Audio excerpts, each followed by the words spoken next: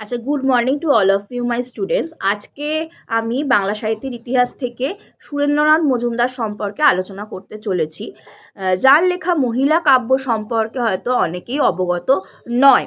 সুরেন্দ্রনাথ মজুমদার সম্পর্কেও হয়তো অনেকে অবগত নয়। প্রথমে জেনে নিই তার জন্মস্থান এবং জন্মের সাল। 1838 খ্রিস্টাব্দে যশোহর জেলার জগন্নাথপুরে তিনি জন্মগ্রহণ করেন। তার পিতার নাম ছিল প্রসন্ন কুমার। কলকাতারই বিভিন্ন স্কুল ও কলেজে শিক্ষালাভ করেছিলেন। দর্শন ও সাহিত্যের প্রতি ছিল সুরেন্দ্রনাথের আত্যন্তিক অনুরাগ। তারই সঙ্গে আয়ত্ত করেছিলেন তিনি ফার্সি ও সংস্কৃত ভাষা। তার লেখা একটা উল্লেখযোগ্য কাব্যগ্রন্থের নাম হলো মহিলা। এই মহিলা কাব্য কিন্তু তার মৃত্যুর পরে প্রকাশিত হয়েছিল, যা 1878 খ্রিস্টাব্দে প্রকাশিত হয়েছিল এই মহিলা কাব্য। এর দুটো খণ্ড ছিল। প্রথমত 1880-তে প্রকাশ পেয়েছে প্রথম খণ্ড, দ্বিতীয় খণ্ড প্রকাশ পেয়েছে 1883-তে। এছাড়া ওনার লেখা ষড়ঋতু বর্ণনা, কবিতা সুদর্শন নামে আরও দুটি কাব্য তিনি রচনা করেছিলেন।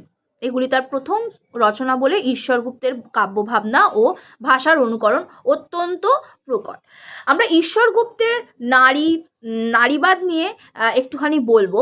ঈশ্বরগুপ্তের অনুসরণের কথা যখন এলো, কেননা ঈশ্বরগুপ্তের যে কবিতাগুলো আমরা জানি উনি লিখেছিলেন, উনি কিন্তু নারীদের দুঃখ কষ্টের কথা তুলে ধরেছেন এবং তিনি কিন্তু সম্পূর্ণরূপে নারীদের সৌন্দর্য এবং কোমলতাকেই প্রাধান্য দিয়েছেন তার কবিতার। এই কারণেই ঈশ্বরগুপ্তকে অনুসরণ করেছিলেন সুরেন্দ্রনাথ মজুমদার। তিনি কিন্তু পুরোপুরি নারীবাদী ছিলেন না, কিন্তু নারীদের বিরুদ্ধে তিনি কখনো কিন্তু যাননি। মাত্র 40 বছর বয়সেই সুরেন্দ্রনাথ মজুমদার মারা যান এবং 1878-এ, এবং যে বছর মারা যান সেই বছরই তার মৃত্যুর পর তার কাব্যটি প্রকাশিত হয়েছে। তার শ্রেষ্ঠ সৃষ্টি মহিলা কাব্যে যে প্রতিভার পরিচয় মুদ্রিত করতে পেরেছিলেন, তাতে তার ক্ষমতা সম্পর্কে কৌতূহল ও শ্রদ্ধা পোষণ না করে পারা যায় না। মূলত রামমোহন ও বিদ্যাসাগরের চেষ্টায় বিগত শতাব্দীর প্রথম ভাগেই এদেশে নারী মনুষ্যত্বের সম্মানিত ক্ষেত্রে প্রতিষ্ঠিত হন। সাহিত্যেও নারীকে নারীত্বের মহিমান্বিত আসনে স্থাপন করে কন্যা, জননী ও জায়া রূপে সম্মান দেখানো হতে থাকে। মধুসূদন বিহারীলালের ধারাবাহিকতা সুরেন্দ্রনাথে এসে আরও সমৃদ্ধ হয়ে ওঠে। তার মহিলা কাব্য নারীর 4টি সামাজিক অবস্থা: দুহিতা, ভগিনী, জায়া, জননী। নারীর 4টি অবস্থা হলো দুহিতা অর্থে কন্যা, তারপরেই সে হয়ে যায় ভগিনী, তারপরে সে কারুর পত্নী অর্থে জায়া, তারপরে সে কিন্তু কারুর জননী, মা হয়। তো সেই 4টি সামাজিক অবস্থার অভিনব অবলোকন এখানে লক্ষ্য করা যায়। অবশ্য দুর্ভাগ্য যে জায়া ও জননী এবং ভগিনীর কিয়দংশ রচনা করবার পর কবির অকাল মৃত্যু ঘটে। তার কাব্য রচনার বিষয়ে বিহারীলালের বঙ্গসুন্দরী কাব্যের প্রভাব প্রত্যক্ষ করা যায়।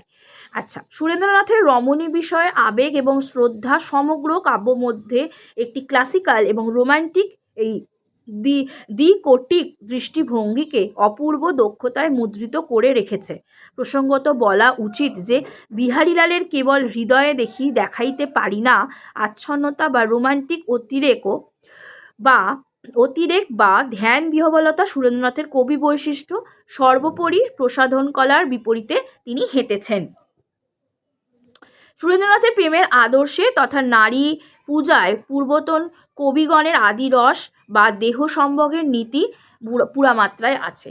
আচ্ছা, আমি যে বললাম যে ঈশ্বরগুপ্তের নারীরা সেখানে কিন্তু দেহ সম্ভোগের ব্যাপারটাও আছে, কারণ তাদের সৌন্দর্য এবং কোমলতা সেখানে প্রাধান্য পাচ্ছে এবং সেখানে নারী দেহে সুরাপাত্র নারীদেরকে বলা হয়েছে। তাদের শুধুমাত্র সৌন্দর্য যে মনের সৌন্দর্য বা হৃদয়ের সৌন্দর্য তা নয়, তাদের কি গাঠনিক সৌন্দর্য, শারীরিক গঠনের সৌন্দর্য সেখানে প্রকাশ পেয়েছে। এই কারণে সুরেন্দ্রনাথ মজুমদারের মহিলা কাব্যেও কিন্তু সেটি প্রকাশিত হয়েছে এবং সেখানে কিন্তু দেহ সম্ভোগের কথা যখন আসছে সেখানে মহিতলাল মজুমদারও চলে আসে। মহিতলাল মজুমদার ছিলেন কিন্তু সম্পূর্ণ দেহবাদী কবি এবং তিনি সুরেন্দ্রনাথ মজুমদারের এই কাব্যগ্রন্থ সম্পর্কে এই মন্তব্য করেছিলেন যে সুরেন্দ্রনাথের প্রেমের আদর্শে তথা নারী পূজায় পূর্বতন কবিগণের আদিরস বা দেহ সম্ভোগের নীতি পুরামাত্রায় আছে। অতিশয় প্রাকৃত প্রেমের সংস্কারকেই অবলম্বন করিয়া সুরেন্দ্রনাথ দার্শনিক যুক্তি দ্বারা তাহাকে শোভন ও বুদ্ধিসম্মত করিয়া তুলিয়াছেন। অনেক সময় দেখা যায় নারী সম্ভোগের ব্যাপার যেখানে চলে আসে, সেখানে কিন্তু একটা সামাজিক অবস্থার দিক থেকে একটা অশালীনতা সেখানে প্রকট হয়ে ওঠে। সেক্ষেত্রে অবশ্যই যুক্তি এবং বুদ্ধির দরকার পড়ে সেই বিষয়টিকে মানে পাঠকের সামনে সঠিকভাবে উপস্থাপন করার জন্য। সেক্ষেত্রে কিন্তু সুরেন্দ্রনাথ দার্শনিক যুক্তি দ্বারা তাকে শোভন ও শোভনীয় করে তুলেছেন এবং বুদ্ধিসম্মত করে তুলেছেন।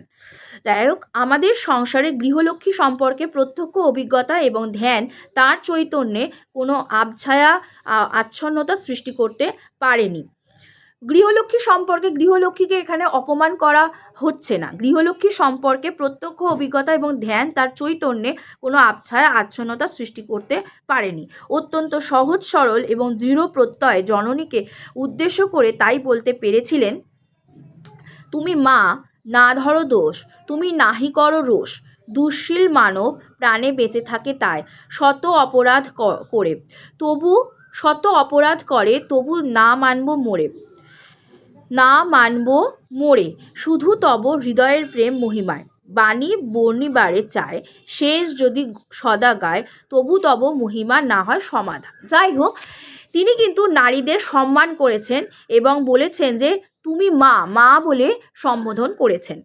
অথবা জায়াকে উদ্দেশ্য করে যখন বলছেন, প্রদীপ জ্বালিয়া তুমি সমীর শঙ্কায়, আনিবে অঞ্চলে ঢাকি যখন সন্ধ্যায়, হেরে উচ্চ রক্তশিখা প্রকম্পিত তার, যেন আমি রাগ ভরে বসিয়া সে শিখা পড়ে, চঞ্চল হয়েছে মুখ চুম্বিতে তোমার, নিবিলে জানিবে খেলা কৌতুক আমার। এই দ্বিভাব শ্রদ্ধা ও অনুভব, বাস্তবানুরাগ ও রোমান্টিকতা তার কাব্যকে অনন্য বৈশিষ্ট্য দান করেছে। যাই হোক, এইভাবে সুরেন্দ্রনাথ মজুমদার সম্পর্কে আলোচনায় আজকে এইখানে শেষ করলাম। তার কাব্যগ্রন্থ, মহিলা কাব্যগ্রন্থে যে নারীদের প্রতি সম্মান জ্ঞাপন হয়েছে, জায়ার প্রতি, এক ভগিনীর প্রতি, এক জননীর প্রতি, এক দুহিতার প্রতি, এক নারীর প্রতি, তা কিন্তু এখানে প্রকাশিত হলো। সংক্ষেপে আমি তা আলোচনা করে দিলাম। আশা করছি চ্যানেল ভালো লাগলে চ্যানেল সাবস্ক্রাইব করে দিও, বেল আইকন দিয়ে রেখো এবং অবশ্যই বন্ধুদের সাথে কমেন্ট করার পর শেয়ার করে দিও ভিডিওগুলো কেমন লাগছে অবশ্যই জানিও। আজকে এই পর্যন্তই। Thank you.